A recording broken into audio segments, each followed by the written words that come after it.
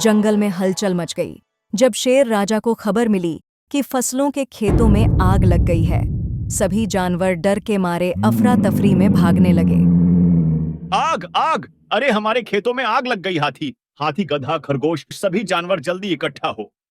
बंदर के चिल्लाने की आवाज सुन सभी जानवर आग बुझाने के लिए दौड़ने लगे, लेकिन आग तेजी से फैल रही थी। हाथी ने अपनी विशाल सूंड में पानी भरकर आग की ओर फेंका, जिससे आग की लपटें थोड़ी धीमी होने लगीं।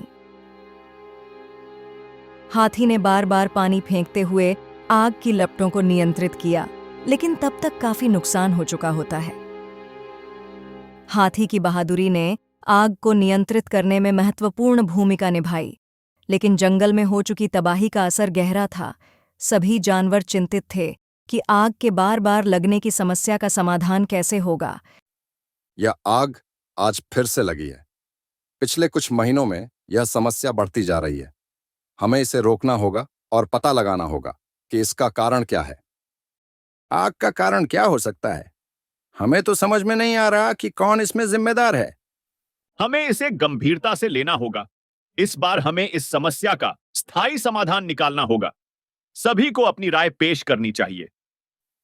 सभी जानवर आपस में चर्चा करने लगे कि समस्या का समाधान कैसे किया जाए।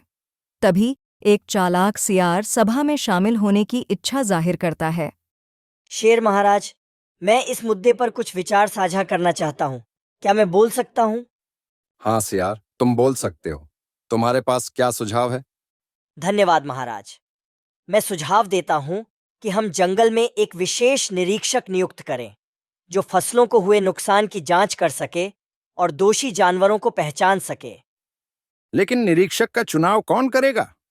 और क्या हमें यकीन है कि यह योजना सफल होगी? निरीक्षक का चुनाव जंगल की सभा के माध्यम से किया जाएगा।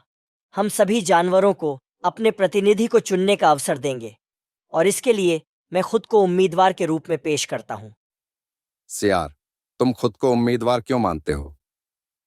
क्योंकि मैंने जंगल के सभी जानवरों के साथ कई साल बिताए हैं और उनके व्यवहार को अच्छी तरह से समझता हूँ।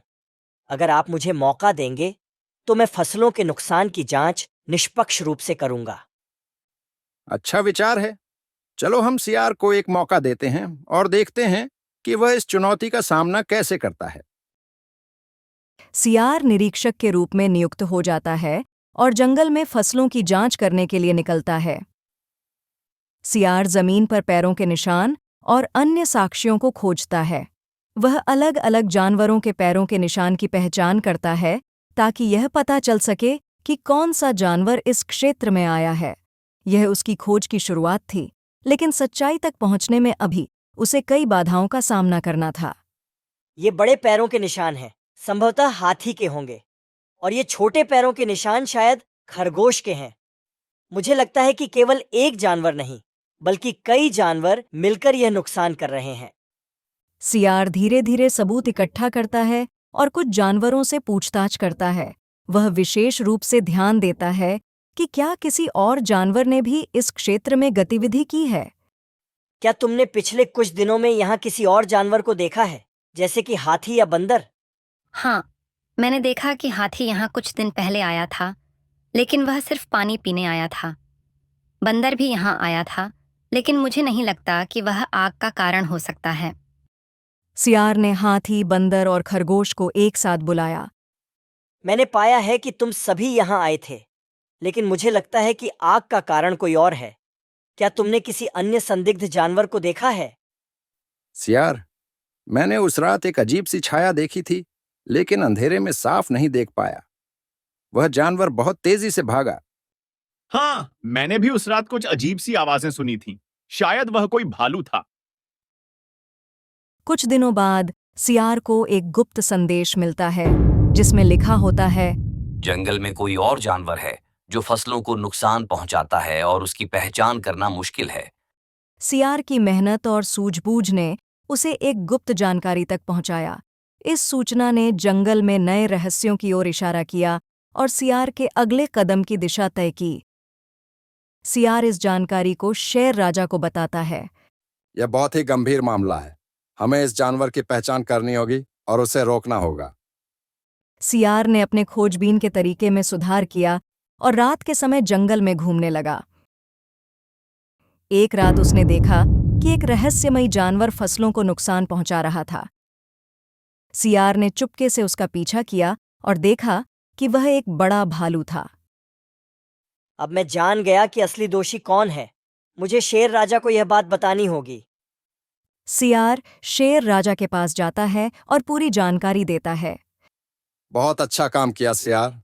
अब हमें इस भालू को पकड़ना होगा और उससे पूछताछ करनी होगी। सभी जानवर मिलकर भालू को पकड़ लेते हैं और उसे शेर राजा के सामने लाते हैं।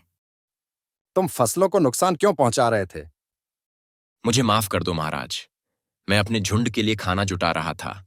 हमें खाने के लिए कुछ नहीं मिल रहा था, इसलिए मैंने फसलों को नुकसान पहुंचाया और आग लगाई ताकि अन्य जानवर यहां से चले जाएं और हमारे लिए खाना बच सके।